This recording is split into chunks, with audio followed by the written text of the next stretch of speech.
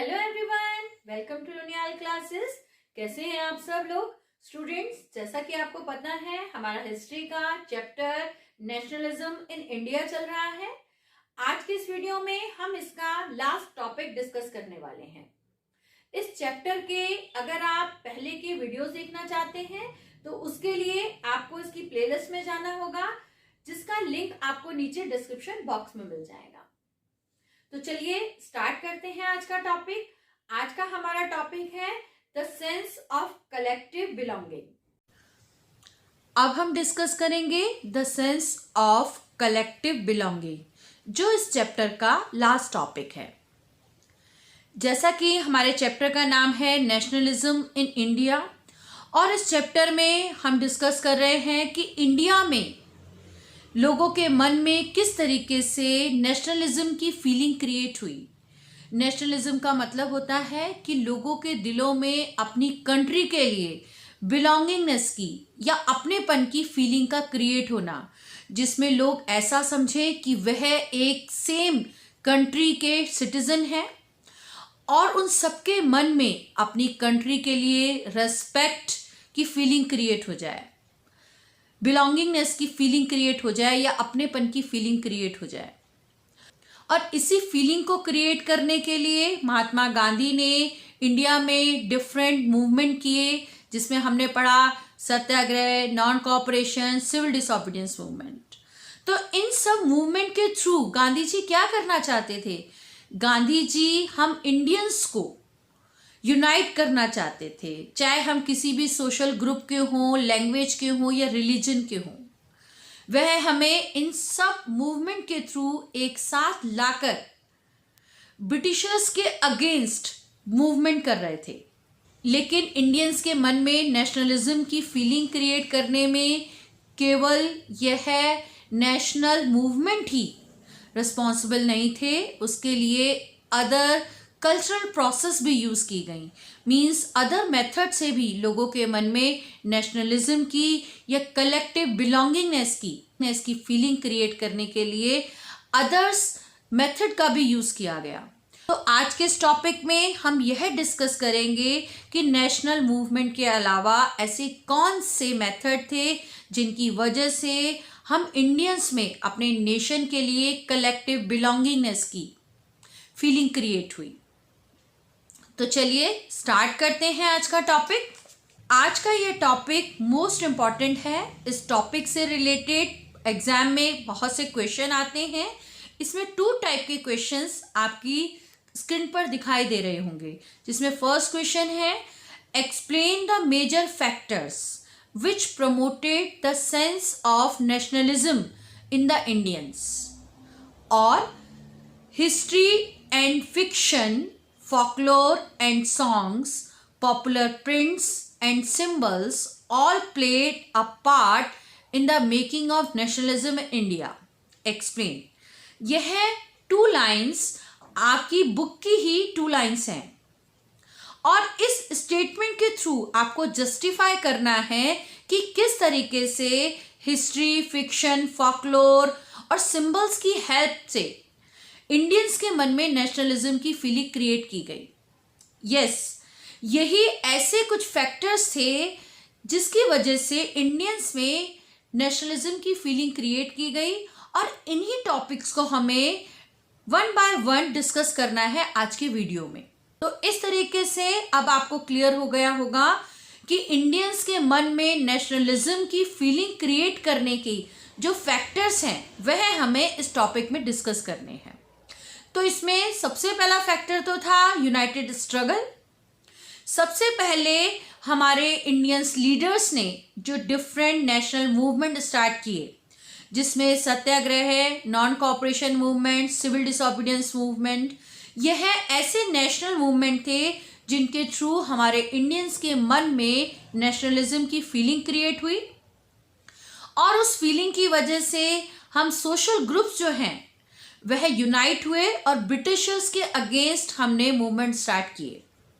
तो सबसे first reason या सबसे फर्स्ट फैक्टर तो था यूनाइटेड स्ट्रगल, जिसने इंडियंस के मन में नेशनलिज्म की फीलिंग क्रिएट की थी। अब आता है सेकंड फैक्टर। सेकंड फैक्टर था कॉमन आइडेंटिटी। कॉमन आइडेंटिटी का मतलब होता है कि ऐसे कौन से सिंबल्स या फैक्टर यूज किए गए जिसकी हेल्प से हम लोग यह समझने लगे कि हम एक कॉमन नेशन के सिटीजन हैं, हमारी कंट्री एक है और हम उस कंट्री के सिटीजन हैं। इस फीलिंग को क्रिएट करने में सबसे इम्पॉर्टेंट फैक्टर था इमेज ऑफ भारत माता। जैसा कि आप लोग अपनी मदर की रिस्पेक्ट करते हैं, इसी तरीके से हमारे आर्टिस्ट लोगों ने भारत माता की इमेज क्रिएट की, हमारे नेशन को, हमारी कंट्री को एक मदर की इमेज दे दी गई और उस इमेज का नाम रखा गया भारत माता। ऐसा उन्होंने क्यों किया? क्योंकि जैसे कि सभी बच्चे अपनी मदर से ज़्यादा कनेक्टेड होते हैं, इसी वजह से उन्होंने नेशन को एक मदर की इमेज दे दी और इस वजह से हम जब अपने नेशन को मदर समझने लगे और इस फीलिंग ने हमें अपने देश के लिए बिलोंगिंगनेस की फीलिंग क्रिएट करने में हेल्प की। तो सबसे पहले जो पर्सन थे जिन्होंने भारत माता की इमेज क्रिएट की थी वो थे बंकिम चंद्र चट्टोपाध्याय। इन्होंने 1870 में वंदे मातरम नाम का एक सॉन्ग लिखा था। इस सॉन्ग के थ्रू उन्होंने अपने वर्ड्स में, अपने सॉन्ग में भारत माता की इमेज को क्रिएट किया था। मीन्स इन्होंने कोई पिक्चर नहीं बनाई थी, कोई पेंटिंग नहीं बनाई थी, इन्होंने भारत माता की इमेज कैसी होनी चाहिए, भारत माता कैसी हैं, उसको डिस्क्राइब किया था अपने सॉन्ग्स में और उस सॉन्ग का नाम था वंदे मातरम। और बाद में उनका यह सॉन्ग उनकी नॉवल आनंद मठ में इंक्लूड कर दिया गया था। और जब हमारे नेशनल मूवमेंट हुए, प्रोटेस्ट हुए, रिलीज निकाली गई, मार्च किए गए, तो उन सभी में वंदे मातरम खूब गाया जाता था हमारे नेशनल लीडर्स के द्वारा। तो इस तरीके से बंकिम चंद्र ने भारत माता की इमेज क्रिएट की अपने सॉन्ग के थ्रू। अब जो सेकंड पर्सन थे जिन्होंने भारत माता की इमेज क्रिएट की थी वह थे अबिंद्रनाथ टैगोर। अबिंद्रनाथ टैगोर ने सबसे पहले भारत माता की पेंटिंग बनाई थी।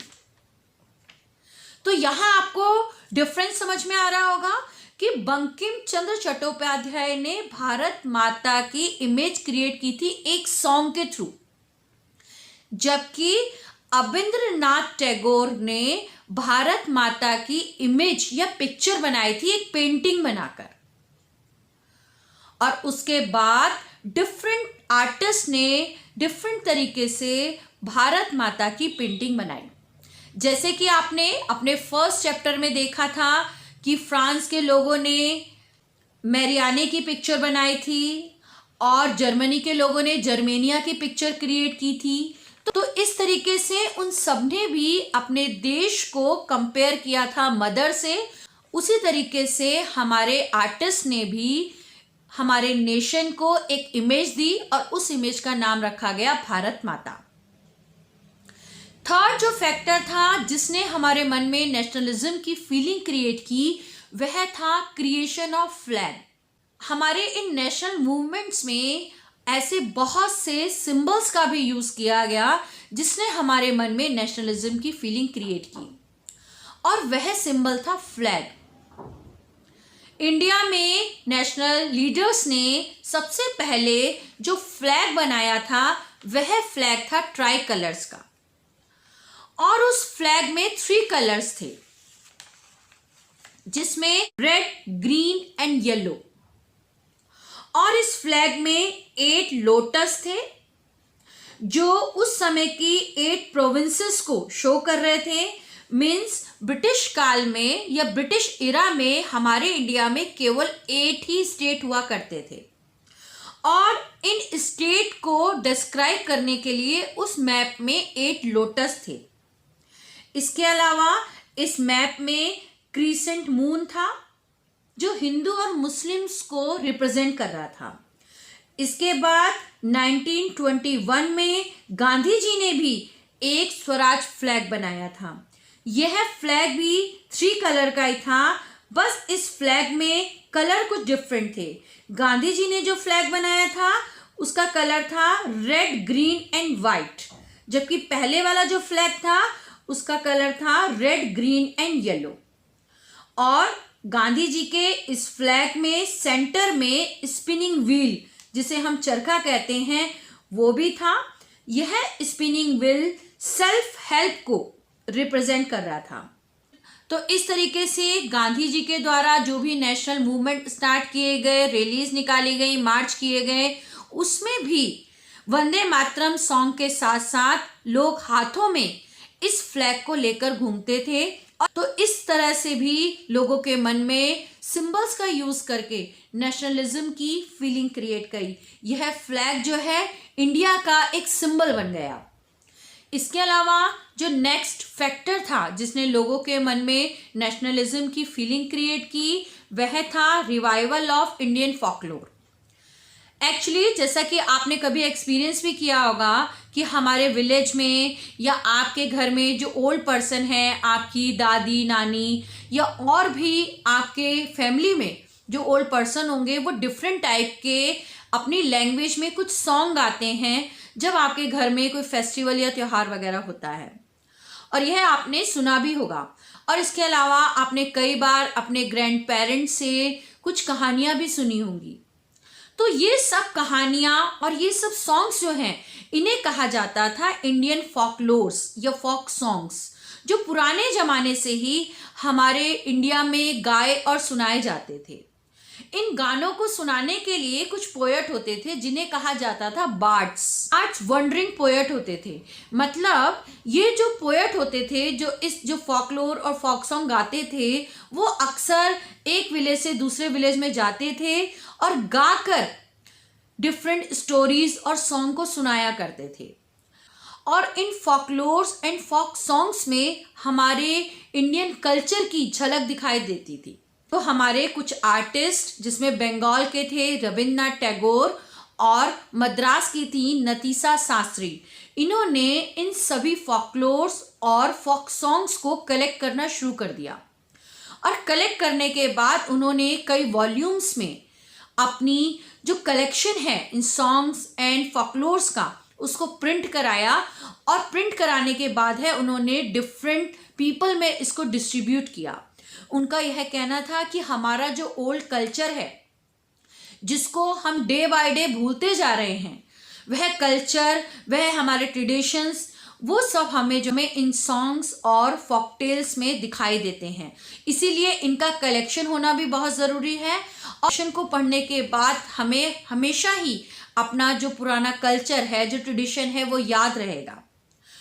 इसी वजह से इन्होंने इंडिया के डिफरेंट विलेजेस में घूम घूम कर जो है इन फॉकलोर्स और फॉकटेल्स को कलेक्ट करा और प्रॉपर तरीके से उसका कलेक्शन किया और उनको प्रिंट कराकर लोगों में डिस्ट्रीब्यूट किया।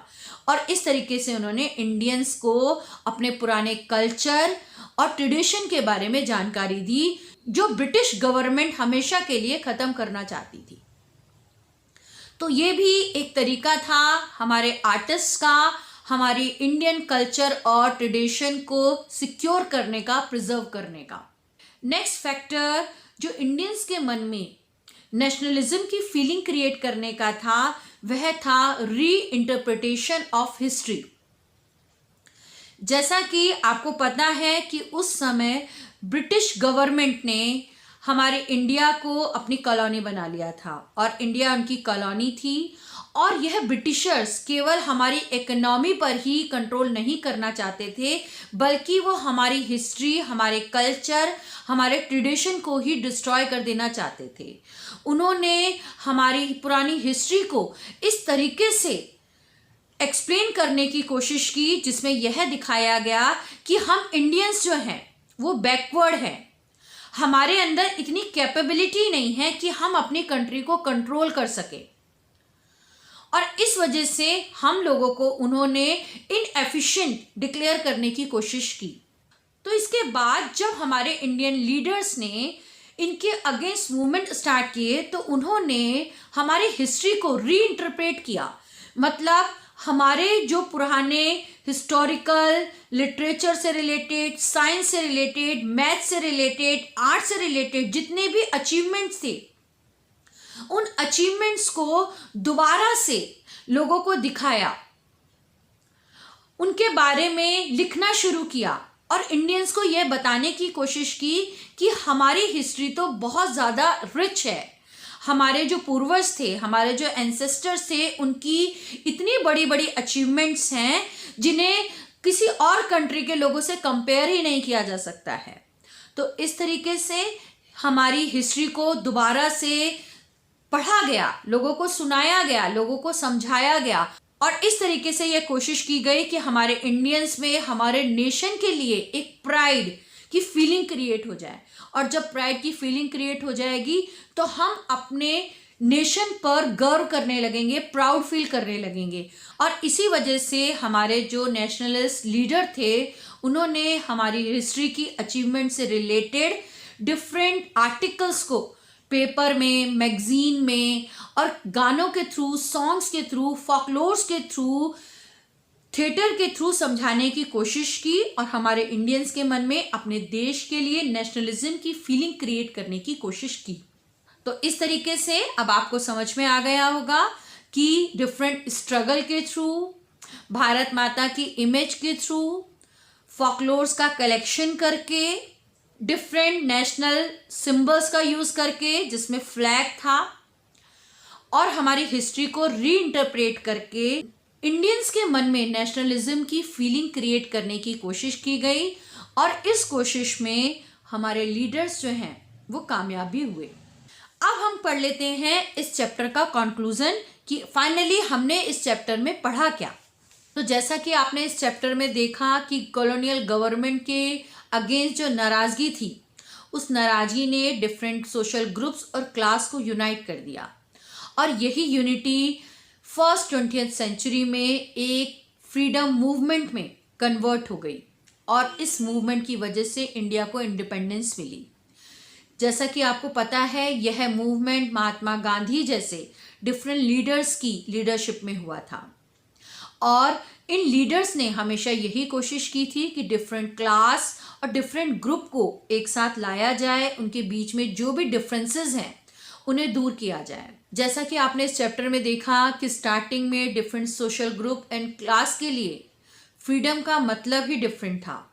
उनके लिए स्वराज का मतलब अपनी एस्पिरेशंस को पूरा करना था, जबकि बाद में उन्हें समझाया गया कि एक्चुअल में स्वराज का मतलब है अपने देश को इंडिपेंडेंस दिलवाना। स्वराज के रियल मीनिंग को समझाने में गांधी जी द्वारा चलाए गए डिफरेंट मूवमेंट्स ने बहुत ज़्यादा कंट्रीब्यूशन किया।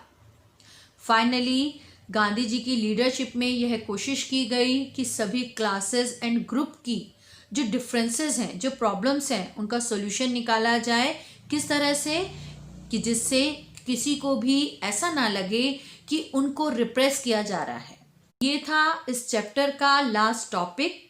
मुझे उम्मीद है आपको इस चैप्टर के सभी टॉपिक्स अच्छे से समझ में आए होंगे। जैसा कि आपको पता है, ये चैप्टर लेंदी था और इसके बहुत सी वीडियोस पहले अपलोड हो चुकी हैं और आपने देख भी ली होंगी, और अगर नहीं देखी हैं तो उसके लिए इस चैप्टर की प्लेलिस्ट का लिंक आपको नीचे डिस्क्रिप्शन बॉक्स में मिल ही जाएगा। इसके अलावा आपको डिस्क्रिप्शन बॉक्स में इस चैप्टर के MCQ का लिंक भी मिलेगा। Thank you.